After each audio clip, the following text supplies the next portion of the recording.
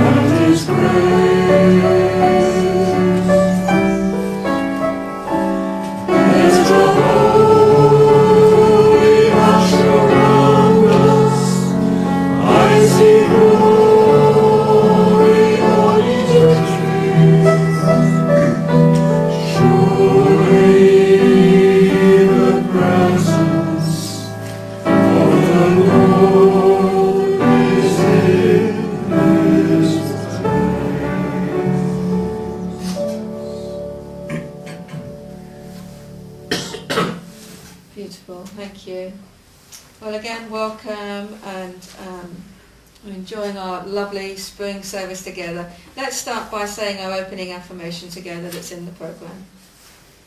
The Christ Spirit within me guides me on a journey of discovery, and I am joyfully expressing my inner Christ qualities in creative and loving ways. Let's say it again. The Christ Spirit within me guides me on a journey of discovery, and I am joyfully expressing my inner Christ qualities in creative and loving ways.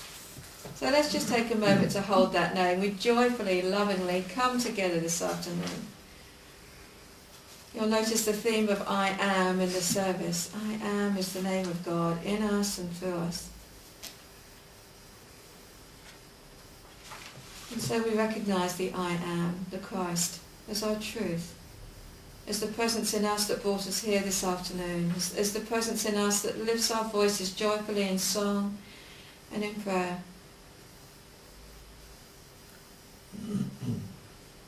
And we hand this afternoon over. Know that God is at work in us and for us, blessing all of us today. Amen. And so, light the Christ candle and use it to give thanks for the Christ light that is our truth. And there's several that have sent their apologies today that really wanted to be here that couldn't be here.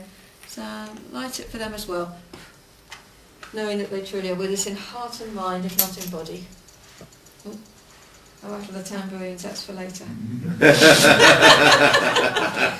We had our retreat last weekend. Oh, it was fabulous. Power Centre is such a beautiful place. It's just you walk in the door and it's one of those relaxing places you can just get into the spirit of it. And we talked there about joy and music and dancing, and actually that's going to be the theme of my service next month. I'm going to talk about the spirit of joy and singing and dancing and that positive vibration that lifts us. Today is actually Palm Sunday. And that's going to be the Bible reading now that Pete is going to read for us. So thank you for turning up in good time, Pete. You want to come here and stand and read it? Okay. Thank you.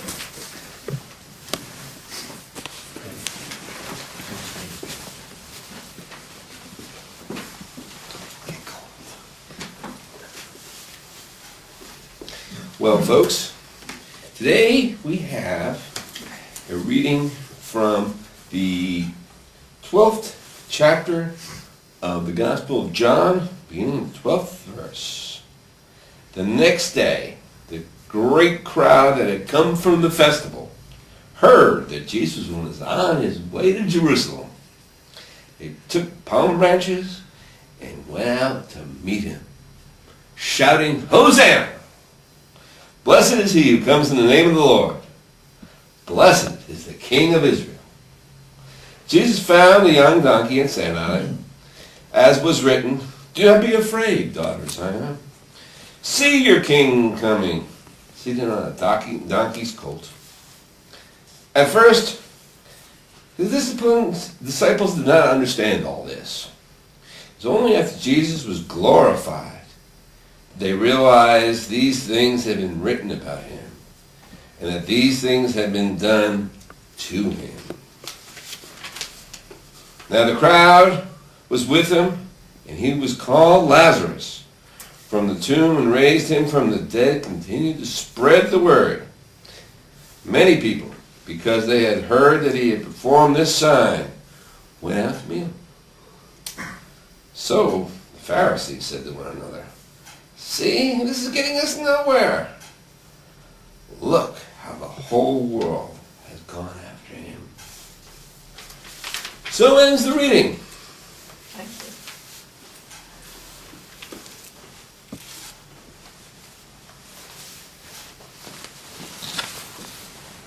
Thank you, Pete. So we've got the theme for today. Well, there's a few themes for today. There's the theme of Palm Sunday and the Hosanna and all those palms laid out for Jesus, which Paul is going to expand on with the talk in a moment. And there's also the theme for I Am. The daily word for today is I Am. And that is also reflected because that's the risen Christ in us, that's God in us. So we'll be reflecting on that as well, but we're going to have our daily word now. Thank you.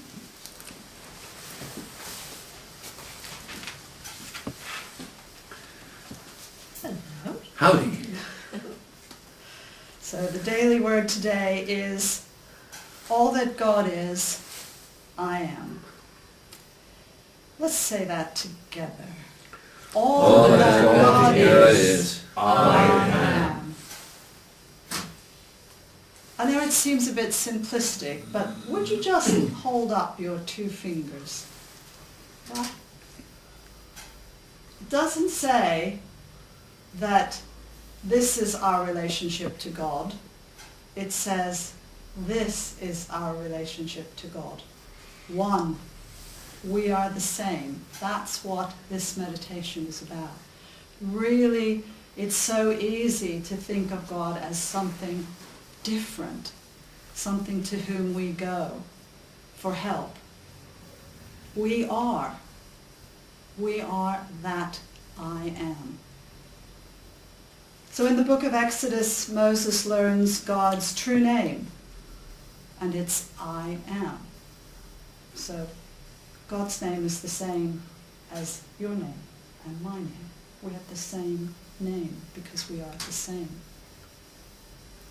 Made in God's image and likeness, all that God is, in truth, I am also. With God as my essence, I know that I am intrinsically good. I readily express this unconditional love and forgiveness that I am in truth. Claiming infinite wisdom as my unfailing source, I am wise, I am compassionate in all my affairs, creative and prosperous in all my activities. Now remember, we don't have to make this happen. It is who we are. We can't achieve it through our human consciousness, try as hard as we might. We have to let go of that and move into our true identity. I claim only the highest qualities of being for myself, so I refrain from putting words of lack and limitation after the phrase I am. Through the Christ in me, I affirm that I am whole, I am perfect, a divine expression of God's glory in this world. All that God is, I am, and all is well. So let's say this together 3 times and go into a period of quiet reflection. Together. All that God is, I am. All that God is, I am.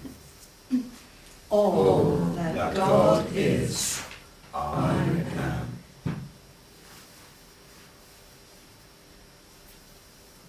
Thank you, Sally. Perfect daily word reading for today. So often it is, isn't it? It's just amazing, the I am statements. Okay, well, I'm delighted to welcome Paul to the front to share the Sunday message, The Courage to Be. And I'm also delighted to say that Paul has decided this year to train as a licensed Unity teacher in Unity and step up. So I'm encouraging Paul by saying, okay, do what I did and come to the front and start doing it. And I know Paul's going to be fabulous, so The Courage to Be.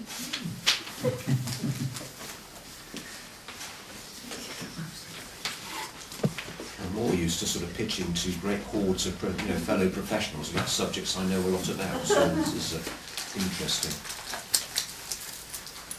When Pete read out the Bible reading, the particular translation he used the word donkey. In other translations, it often says ass. And when I was 18, one of my early memories of Sunday reading was as a prefect at school, we had to do the Bible reading in front of the whole school. And I happily stood up and read out that reading, and I said, and Jesus rode into Jerusalem on his arse. Well, he probably did, but it probably wasn't quite the message I was going over. But anyway, we call it Palm Sunday, and in that first hymn it talked about palms. But actually John is the only one who refers to palms. All of the other Gospels talk about branches or whatever, or Mark talks about clothes and branches, and of course doing that sort of thing was a bit like us laying out a red carpet. It was to laud, to support this person coming in, and of course if this had actually happened at around the time of the Passover, which is what we suppose and what the Bible tells us, then there wouldn't have been any palms. They're not around at that time of the year. So John, who of course is very metaphorical in his writing anyway, introduced palms, giving rise to Palm Sunday. But why? A couple of thoughts. At Sukkot, which is their kind of harvest festival later in the year, they would typically use palms because palms existed. In Egyptian theology, then it meant eternal life. We just sung about eternal life. I didn't know that was going to be the song, but actually, it tied in extremely well. So you can see the imagery, the symbolism that John was trying to produce. This guy was being brought in, and they were saying to him, save us. They weren't just lauding him, they were inviting him to do something. They might also be concerned because one of the disciples, for instance, was Simon the Zealot. Well, the Zealots were the people that were trying to overthrow the Romans. They're the people that instigated the first Jewish-Roman war in 66 to 73. So you can see that Jesus had a fairly sort of mixed band there, whoever he had with him. So you can understand the Pharisees being worried. And of course the donkey in itself was symbolism. Typically in those days, horses gave rise to feelings of dominance or military power or whatever, whereas a donkey symbolized peace. And this was the foal of a donkey, so he was really diminishing it. And all of this follows what it says in Zechariah. Zechariah says, rejoice greatly, O daughter of Zion. Shout, daughter of Jerusalem. See, your king comes to you, righteous and having salvation, gentle, and riding on a donkey, on a colt, the foal of a donkey. The very words, pretty much, that you read out. And there are some, for instance, Bishop Spong, who would say that actually the whole of this writing has more to do with reflecting what the prophets were saying than it has to do with factual, what things that happened factually. Irrespective, I'm going to take that as factual for today. But before I look at the message that comes out of this, I'd like to talk a little bit about what Jerusalem and that environment was like in those days. The Jews, as we all know, had been oppressed for hundreds of years. Various different people had conquered them. It was Romans in those days. It had been Egyptians, Babylonians. All sorts of people had been tyrants, giving the Jewish race a really difficult time. And even their own people gave them a difficult time. Herod the Great, the one who slew all those babes, he was a tyrant in his own right. And the people that came after him, they're the Herodians, people like Archelaus and Antipas. Archelaus was the guy that the Romans kicked out in the year 6 for being too brutal, and that gave rise to the establishment of prefects. And of course Pontius Pilate was one of the prefects that governed that area. Antipas was the guy who had John's head cut off and was part of the story of Jesus' downfall. And if you look at the way the whole place was governed, the prefect, in the time we're talking about, Pontius Pilate, he looked after the whole thing, but he specifically looked after Judea. And his duty was to keep the peace. The Romans wanted a peaceful society, a peaceful existence, and they allowed their conquered races to live in their own way and to be governed by their own people to make that happen. You can see how difficult that was, because just a few years, in 36, after Jesus was crucified, Pilate was kicked out for failing to do it. So keeping the Jews subdued was extremely difficult. And Jerusalem itself, that was delegated to the high priest, who looked specifically after Jerusalem. In those days it was Caiaphas. Caiaphas was a Sadducee. So I don't know if you know the difference between Sadducees and Pharisees, but Pharisees were quite broad in their outlook. They were quite free-thinking. For instance, Nicodemus was actually quite interested in what Jesus had to say. He didn't go along with it all the way, but he was quite interested. But the Sadducees, they implemented the letter of the law.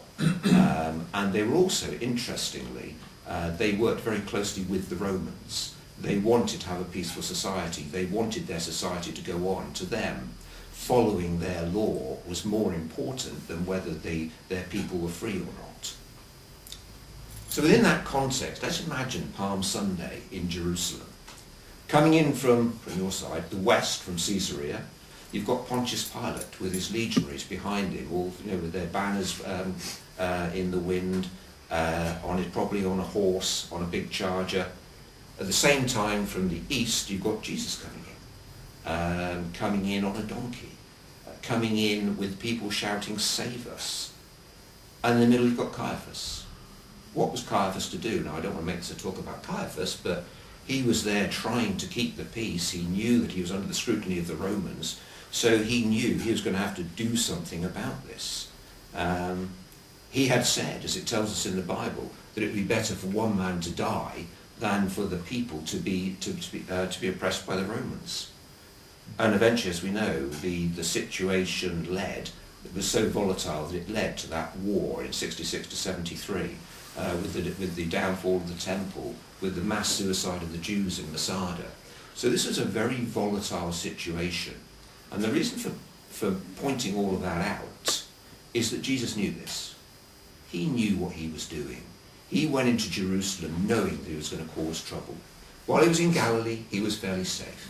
Herod was in charge, and provided he didn't upset him too much, he could get about and do what he was doing, and the high priest had no jurisdiction there. Once he entered Jerusalem, he knew he was walking into a lion's den. So the aspect of Jesus I want to consider is that man's courage. Because he was a man. Yes, he was a son of God like we all are, and the I am about us all being one, absolutely. He knew it, I think, a lot better than we did, but he was a man.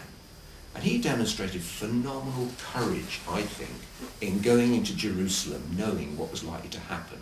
Whether he knew he was going to die, who knows? But he knew that there was going to be major trouble.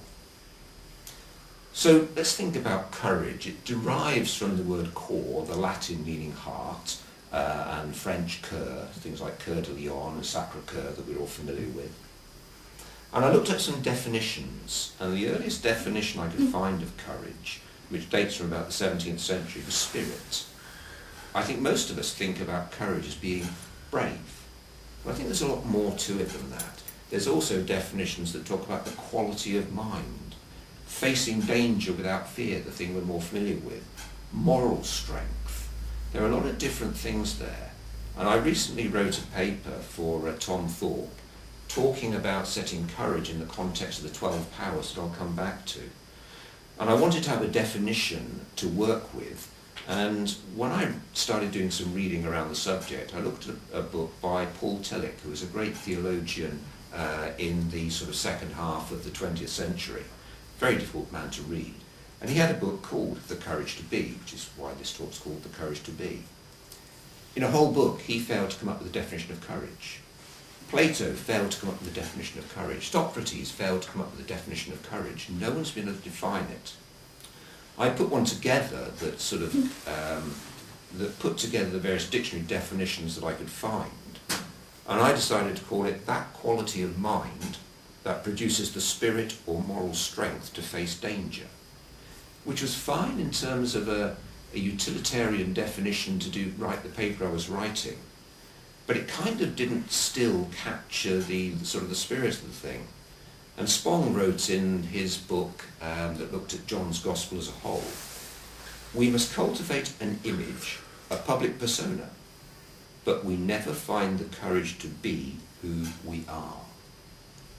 So to me, it's got more to do, rather than that rather formal definition I had, with having the capacity to be who we are, to pursue where that takes us in the full knowledge of what it means. And when I analysed courage against the 12 powers, you can actually argue that there's little bits of all of them in there. And what I did was I went through them all and I put an arbitrary score against them all and then put a radar plot together of sort of what it would look like in terms of an image. And the ones that really came out to me as the key ones were faith, love, strength, wisdom, and interesting, I'll finish the list in a moment. I then went on and tested all of these against a Bible story, the one of Jesus walking across the water and then Peter decided to get out and have a go himself and looking at it from Peter's point of view. And it's quite surprised me when I looked at this that wisdom was very important, because having that discernment to trust in the right thing. Peter only stepped out on the water because he could see that it was Jesus and he trusted Jesus. If a disciple had said to him, why don't you go and have a try yourself, I think he would have said, no, thank you very much. So I think wisdom is very important, power, will, and what in my paper I called disciplined zeal. I think too much zeal actually isn't courage at all. It's making rash decisions, and I don't think that's courage. So there's got to be an element of zeal, but not too much. So from all that, what's the so what? Well, the lesson to me is this really is about the courage to be. Jesus had that courage. He understood his I am. He understood who he was. He had that faith, love, strength, etc. to be who he was and to follow through with what that meant. And I don't know how many of you have ever followed any of the Schultz Peanuts cartoons with the famous, boy hero of Charlie Brown.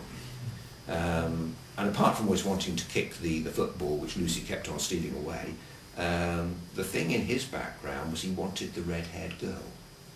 And I would guess every man in here knew in his youth a red-haired girl. He never had the guts to ask out. And the ironic thing is, if you had the guts to ask her out, she'd have seen you as braver and probably more likely to have said yes anyway. But I think we all have red-haired girls within us, if you like.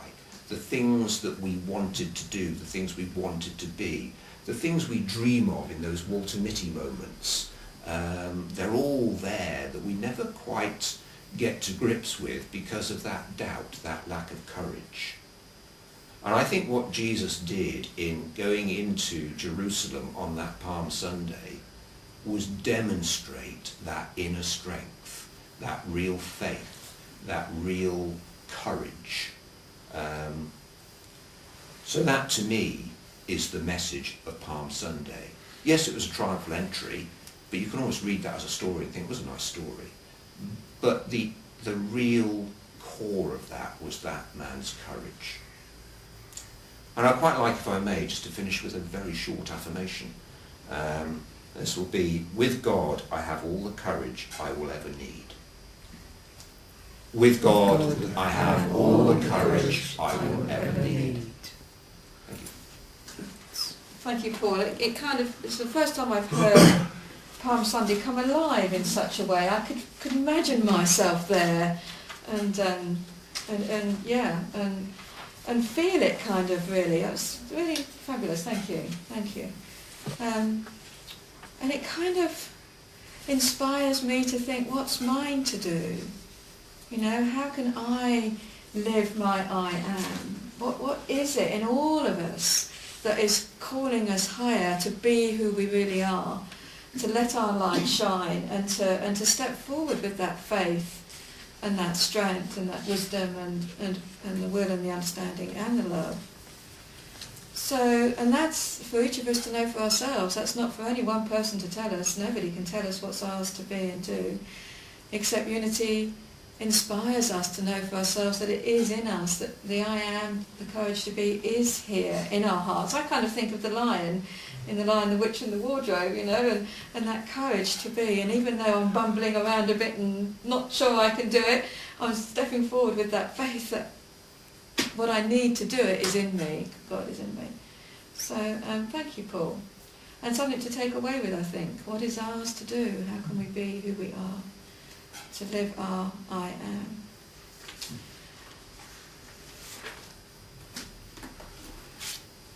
Well, that leads really well onto our I am statements in our Easter responsive reading. And the idea with the Easter responsive reading is in an ideal world, this will be done on Easter Sunday, when it's all about the real resurrection of the Christ in us. So Paul has been talking about Jesus going in on Palm Sunday, which is the beginning of the week that changed the world. But that's the beginning of the week, the beginning of this shift. And then, of course, it finishes with Good Friday and Easter Sunday, and all done within quite a short time span as far as the Bible goes. It's been suggested by theologians that it wasn't necessarily in that length of time, it was just put in that way to make a story that we could relate to. But the whole idea of the resurrection, of the raising of our consciousness, as Sally was saying, from the physical, the sense, into the real identity of who we are. And for me, the Easter cross represents the surrendering of who I think I am, which stops me from being me, into the awareness, the resurrection of who I really am, which is the I am, which is that courage to step forward in that faith. And so the whole Easter experience is about that. It's that surrendering of what isn't real to the claiming and the knowing of what is real, and then using that to step forward with the faith to follow and do what is asked to do. And that's on a day-by-day basis, you know, that's in all the everyday things that we live in our lives, as well as the big things that step us out. So the idea with this, the responsive reading is really taken from that, the Christ within me, that my I am, is doing the work. And Sally said, it's not me doing it, I'm surrendering me to know who I am. So with that in mind, let's do our Easter responsive reading. And I'll repeat the response with you, but I'll start with the leader. Reading there. Have you got it there? It's the insert that's... There we are. Yeah, there you go. Right. The Christ Spirit within is the true source of our wisdom and spiritual power. Through the Christ Spirit within me, I am lifted into a greater consciousness of wisdom and spiritual power. The Christ Spirit within is the true source of our health and wholeness. Through the Christ Spirit within me, I am lifted into a greater experience of wholeness and healing. The Christ Spirit within me is the true source of our abundance and prosperity. Through the Christ Spirit within me, I am lifted into a greater awareness of God's abundant supply. The Christ Spirit within us is the pattern for perfection and joyful living.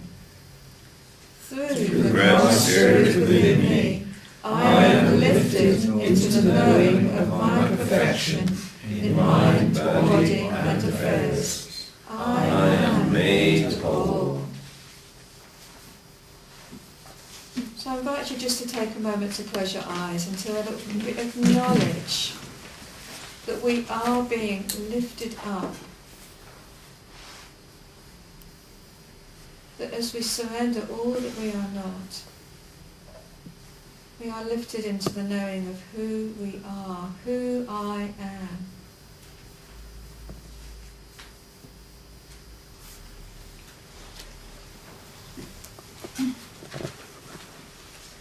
And so we have some tulips, selection of tulips, 3 different colours there for you. And I have an affirmation here, but it's not an affirmation. These are Bible quotes that I felt were all quite meaningful. So I invite you to come to the front and take a flower and take an affirmation or a Bible reading and allow yourself to, whichever colour you like, whichever piece of paper you like, and then take it back and just have a little reflection on what that means for you. And we'll hold the sacred silence while we do that and enjoy the space that we're creating together. I am that in you that lives. I am that in you that moves. I am that in you that shines. I am the Christ. I am that in you that's lovely. I am that in you that's unafraid.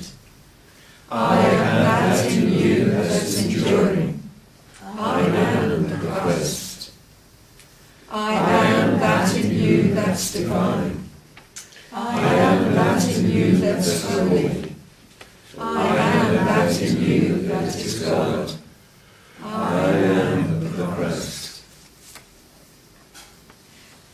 So bless you all. Thank you so much for the donation. Thank you for being here, more importantly, for sharing in our flower service. May your Easter be a time of blessing and joy and happiness and laughter in all that you do, with your families and wherever you are. Thank you all.